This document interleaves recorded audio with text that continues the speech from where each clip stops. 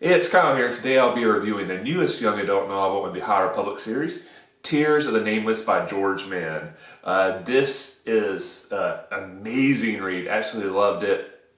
I'm very confident saying this is my favorite young adult novel in the High Republic series.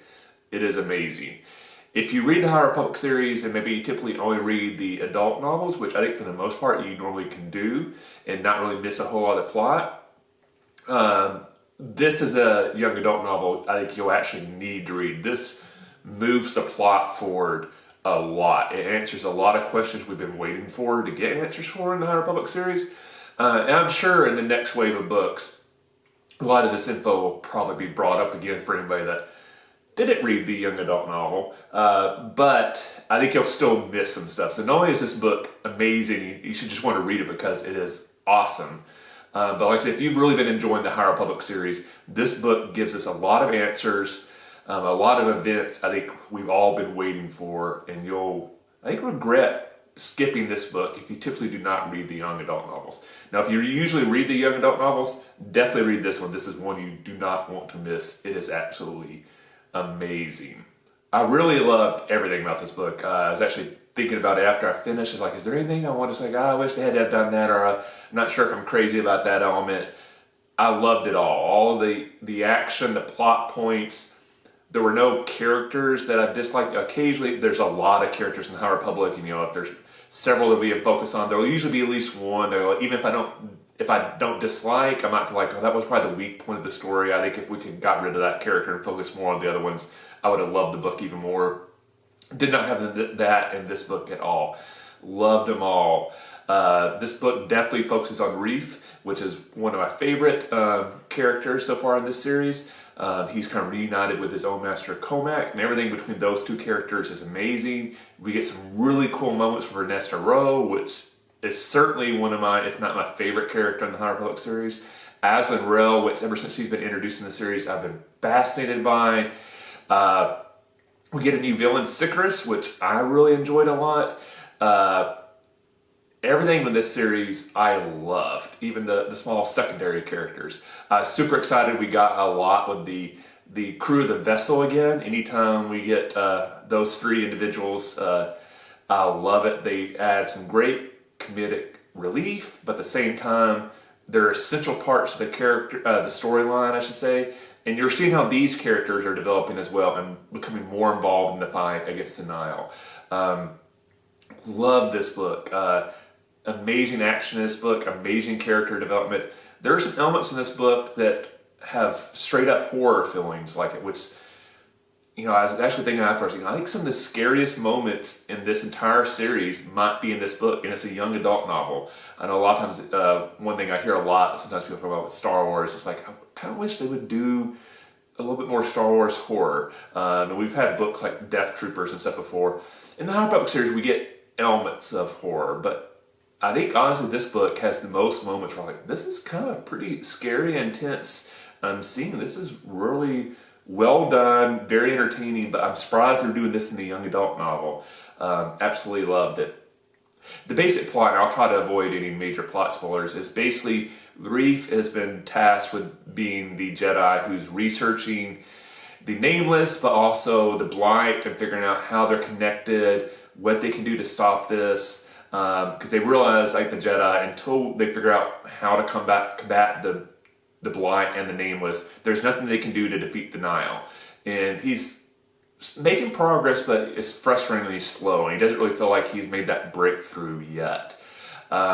He keeps on going to visit Aslan Rel to kind of get some advice as his research is progressing to figure out, am I on the right track? Can I get some more info for her? Because basically Aslan Rel spent 200 years researching the Nameless, and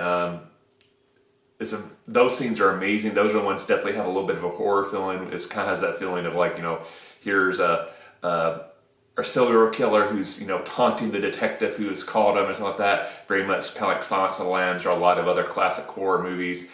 I love that dynamic. And later we even get a little bit of Ernestra and Aslan Rel, and that's amazing as well. But as the story goes along, Reef kind of has a breakthrough. They figured out some potential, partly when he reunites with his own master Comac. We get a lot of one-on-one chapters for both of those characters, and their inner thoughts are amazing, heartbreaking.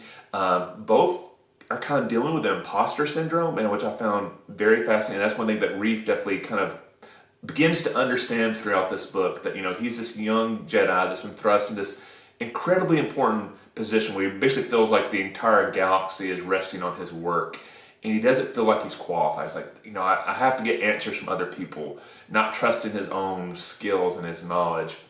And I think a big part of this book is that it goes along, he learns all these Jedi that he views as more important, more powerful, more, you know, brilliant, more wise, all have the same issues that he's dealing with, where they don't trust themselves. They have imposter syndrome. And I think he learns that through Vernestra, through Comac, and through others, that, like, you know, this is natural, and I need to come to terms with that and not let it impact my work. And I thought it was insanely well done.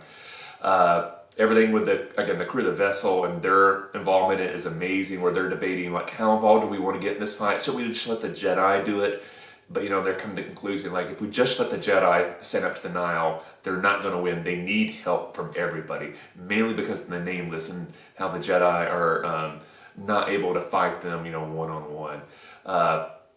The character Sicarus, the villain they introduced in one of those ones, his inner thoughts are amazing. You're definitely going to, you know, the deranged monster that sometimes you have in a horror movie. That's Sicarus, and I really enjoyed his aspects of it. Sometimes when they introduce a new villain for a book, I was like, I'm not sure about this. I felt like he really jived with the vibe of this book of being a little bit darker, a little bit more horror feeling. Really loved it a lot. And then I'll say one thing I wasn't expecting is getting the backstory of the Nameless and how they came about was utterly fascinating. It actually makes you feel bad for the Nameless, which I never thought I would say. So I'm interested to see how that plays out for the rest of the High Republic series.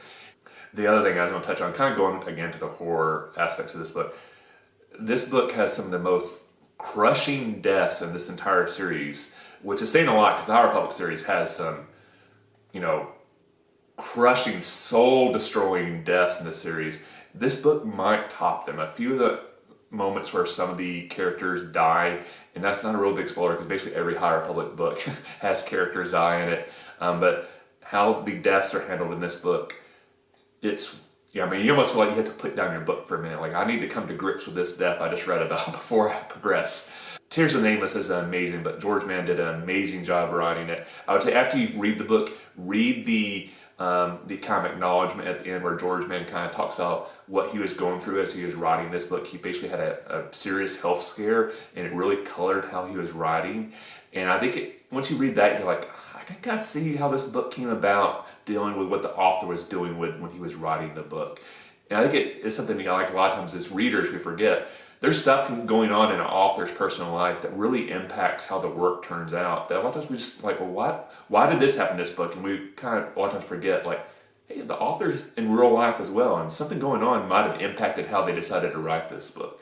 So definitely read that letter after you read the book. I think it'll definitely open you up to why this book turned out the way it did. But anyway, I actually love this book, Tears of the Nameless. I highly recommend it. I hope you'll check it out.